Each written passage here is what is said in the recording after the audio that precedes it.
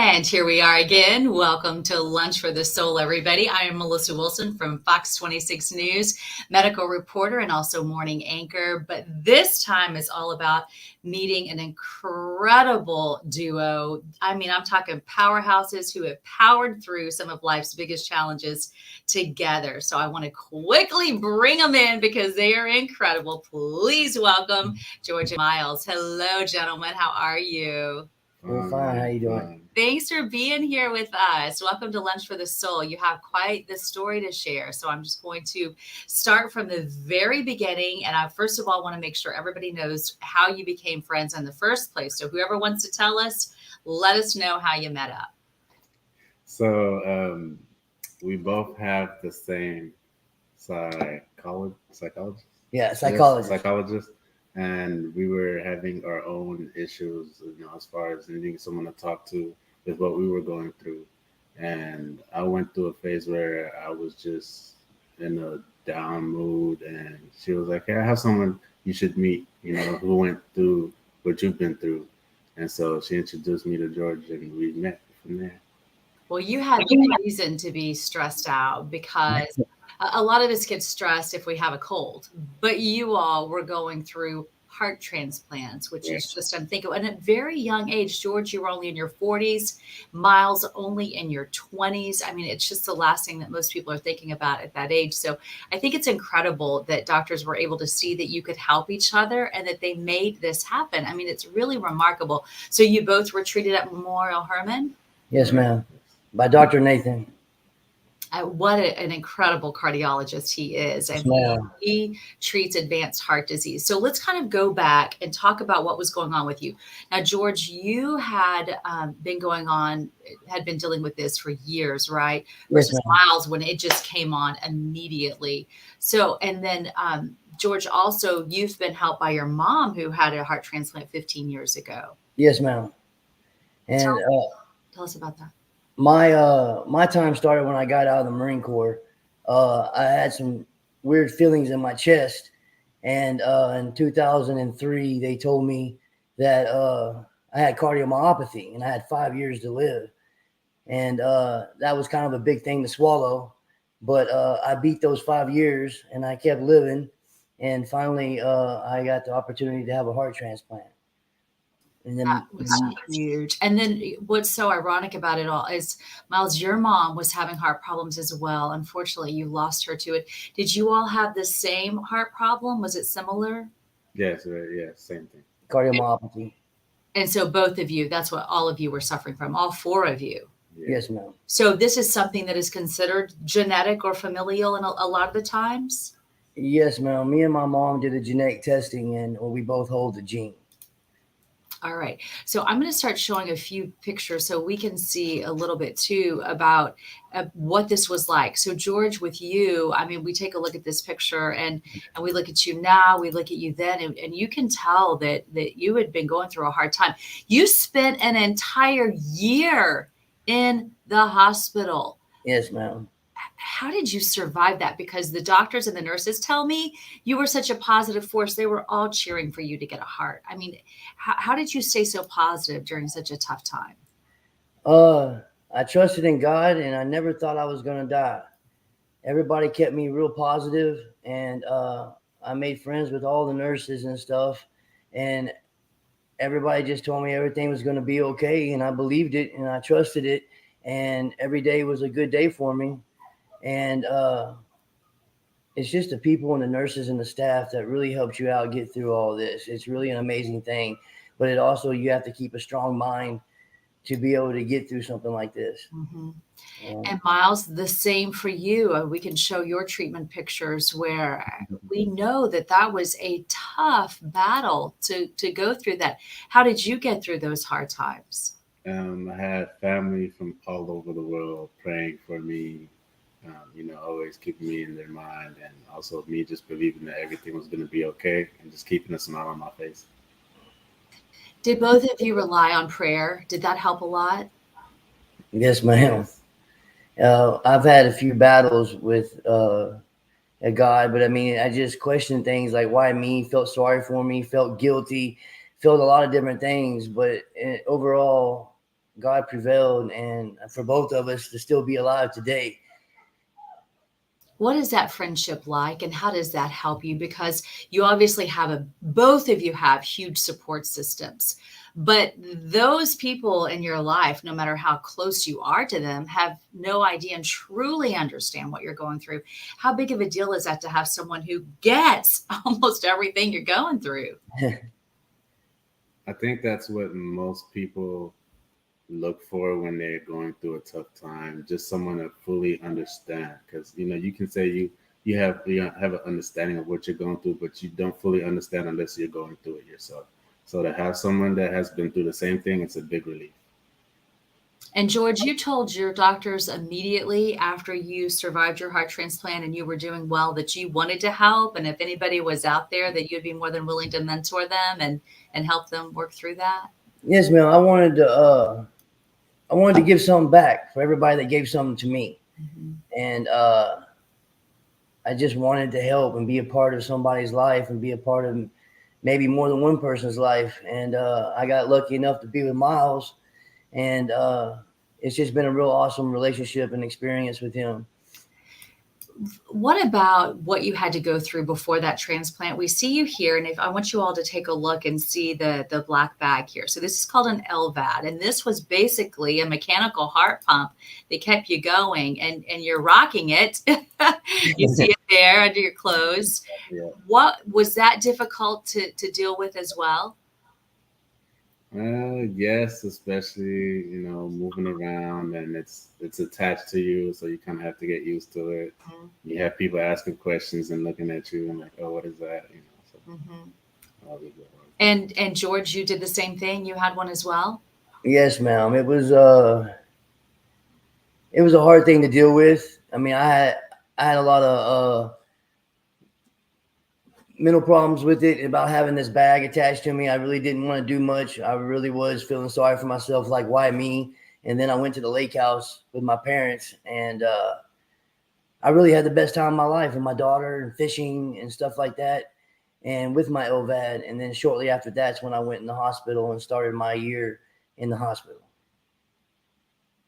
We take a look here at your sweet daughter, and your doctor told me that this was one thing that broke his heart. So he would see pictures of her in your hospital room when you were there for a year, and he would see drawings from her, and it was so hard for the medical workers to see because we're talking about during a pandemic, so you couldn't even see her, could you, in person?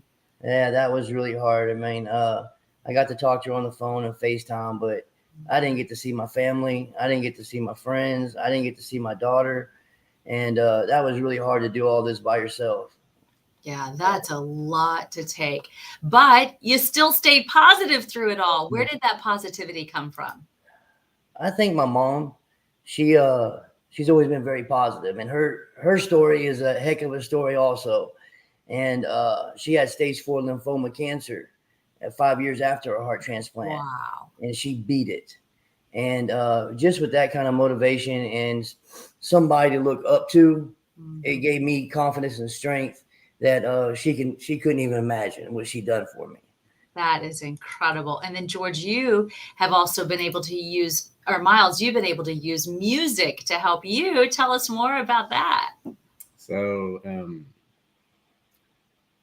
started making music, and I wanted to dedicate a song to what I was going through, because the best way for me to express myself, because I'm a very quiet person, so the best way for me to express myself is through my music. So I figured, hey, why not make a song about it? And I started writing when I had my LVAD, and didn't finish the song until I got my heart transplant. And it's called Hardy McFly. Oh, I love that. And the timing was perfect too. You released it during February, which happened to be Heart Month. So that was nice timing. How have people received it? People loved it. I bet. I bet they did. I always think it's fun to see what any of our viewers are saying. And we have here Bonnie who says, hello and God bless you. And John says, fast friends. And I would say, yes, John, they were very fast friends. That is a good way to say it. I mean, just like that. Sometimes it does take years to get close, but did you find that friendship was almost like glue from the beginning? It was Yeah. pretty much immediately when we both. I don't know looked at me like when I first walked in that door, but we found out we had the same, we liked the same music, liked a lot of the same things. And then it just, that day, it immediately happened. You know, it was a pretty cool thing to experience. George, I would like to talk a little more about what happened with you recently, and that is you got to meet your donor's family. And this is a tough situation because you're praying to stay alive, but in order for you to stay alive, that does mean that somebody does have to perish. You got to meet the 22-year-old boy who died in a car wreck, the young man's mom. What Yeah. was that like when you were able to hug her and hold her close to you, and hopefully she could feel her son's beating heart in you and know that you were alive because of her son? Uh, First of all, it felt real good just to hold her and just feel our love for each other, because Rhett is my hero, and her, from her, I'm her gift. And it was very emotional for the whole family. I got to meet brothers, sisters, uncles, aunts, grandfather, and everything. And it was just really emotional. It was a lot of love and just a good experience to have, because a lot of transplants don't get to have that experience. And I'm one of the lucky ones that they reached out to me, and I immediately answered. Usually we're supposed to reach out to them, but I was a little nervous and felt a little guilty. But she assured me, "Don't feel guilty," and it's just, we're gonna continue on. It feels like I have another family, just like cousins or something now that are that are with me. But it's, we text at least once, twice a week, and it's a pretty good relationship, and it's gonna stay a relationship because I have another family now. Oh, what a beautiful moment that had to be. And you know, you're just so bittersweet again. And I picture myself in that situation. It would be so meaningful to have you in my life if that were to happen. And so I can see where that would be so powerful. Miles, it's certainly a very personal decision. Have you decided if you ever want to meet your donor's family, or have you even had a chance to think about that yet? After hearing his, how his interaction went with theirs, I've been thinking about it, and I think I would love to eventually meet him. Yeah, I'm sure it takes time. The whole thing is just so emotional, Yeah. but it is certainly special. It sounds like for both sides. For you, George, I'm glad that that turned out to be a very positive experience for you all. So, Thank you. what's in the future? What do you guys do for fun? Do you hang out quite a bit together? Yeah, we do. We go to lunch a lot of times together. We just got my truck washed together. uh, we I go to his shows, his rap shows and stuff like that, and see him perform on stage, which is awesome. And we're going to a big one. What's it called? The Dodge Palooza. Dodge Palooza, where he's performing for 20 minutes, for a whole 20 minutes. How fun is that? So it's a lot of fun getting to see him do the entertainment side, and then I do the boring side of lunches and stuff like that. What is your, I guess, advice for anybody who's going through a hard time? Because I can't think of anything harder or bigger than a heart transplant. For a lot of people have health problems. How would you suggest and help them power through those? God, faith, trust in your doctors. Hmm. Uh, Pray for your doctors. Not only, I don't like to really pray for myself a lot. I like to pray for other people, but I I definitely, faith in God, I think, help is what helped both of us get through this, and that's what you're going to have to trust when you go through something like this, because it's a wake up call when you're when you're told you have to have a heart transplant. What about you, Miles? What would you suggest to somebody who's really just trying to power through a tough time? Stay positive, because attitude is everything. Pray, of course, pray for everyone around you. Pray for yourself. Um, and just feed yourself with positive thoughts, and just keep family around you. Hmm. And don't be scared to ask questions. Yeah, I love that advice. What is it like as far as taking anti-rejection medications and things like that for you all? So you get your heart, things are going well, but there's still a lot of upkeep. Is it, I'm sure it's certainly worth it, but is that a little bit challenging as well, day by day? For me, it is because some days I feel fine. You forget you're going through all of this, and you're like, I don't need to take my medication. I'll be okay. And it's very vital that you do. Can't forget to. It's time sensitive as well. So And it's a lot of pills. yeah, a lot. It's breakfast basically and dinner. About how many pills are we talking about? I think I take about 17 or 18 in the morning and night. I think he's luckier. He doesn't take as much. About 12. But how do you keep up with that? Because a lot of people are on a lot of different types of medications. Do you have timers, or do you separate them out? Do you just take it from the bottle? How do you keep up with that to make sure you're doing what you need to do for your health? So we have a pill box that's labeled Monday through Sunday, and you have it set for the week, and you set it up every week. So that way, you have your pills that you take morning and night, and then I have like 3 alarms on my phone for morning and 3 for the night, just to make sure I do too. Yeah, good for you. You take it very seriously. It sounds like you really need to do that. And then what about just overall? Or do you have the energy to go out and have a good time and pretty much carry on with life and just move on? Yes. Now we do. Yeah. Yeah. So a big difference of how you feel today than you did before you got those magical hearts to save your life. Oh yeah, it's a. I didn't realize how sick I really was until I woke up with my new heart. I was like, man, that sickness became my normal. Mhm. And like I said, I never thought I was going to die. I always thought I was all right. And with that sickness becoming your normal, Mhm. it just, once you get that new heart and you have all this energy, you got all this color. I was just wanting to just get up and run. Can you believe how far we've come just with medicine and everything that they were able to do at Memorial Hermann to save your lives? It's remarkable, isn't it? It's absolutely amazing. And I thank God for it every day, Yeah. especially helping all the people that you can help. It's just, it's an amazing thing that they can take your heart out of your body and give you another heart and it start beating and you're really good to go. I mean, a lot of us are good to go. Some people still have troubles and stuff like that, but as far as for me and Miles, I mean, we're 100% again. Well, congratulations on doing so well. And thank you for sharing your story with us. Only good health from now on. That's the rule, right? Yes, ma'am. And George, will you have to watch your daughter for any issues like this as she gets older? Oh, wow. There's the test that my mom and I took to see if we had the same gene. There's a test that I can do with my daughter as well. Mm-hmm. I haven't had the courage to do it yet. I don't know. I haven't. She's fine. She's gone to the pediatrician and stuff like that. Her heart's fine and everything like that. I just don't want to see yet if I have the gene. I'm not ready for it yet. Right. You No, I know? understand. Yeah.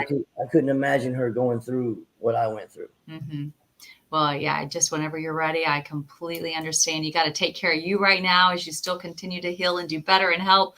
Miles, I love your friendship. Thank you for sharing that with us. Yes, ma'am. Thank you. All right. This is all about lunch for the soul, and you sure filled our souls up with a lot of good love today. Gentlemen, take care of you. And thank you again for being here with us. Yes, ma'am. Thank you, ma'am. All right. So good to see you again. And then I want to remind you all next week, I hope you'll join me again. We have another just remarkable story to share with you. This time, it is about a doctor who had cancer, not once or twice or even 3 times, but 6 times, and all different types of cancer. Ever since he was in his residency as a doctor, that was his first diagnosis. Then he practiced medicine for 50 years. And during all those years, year after year, a new diagnosis would come on. As a physician, he seemed to know how to treat himself pretty well. Of course, obviously, he was getting the top of the line care, but also at home, he knew how to take care of himself, and he fights it year after year.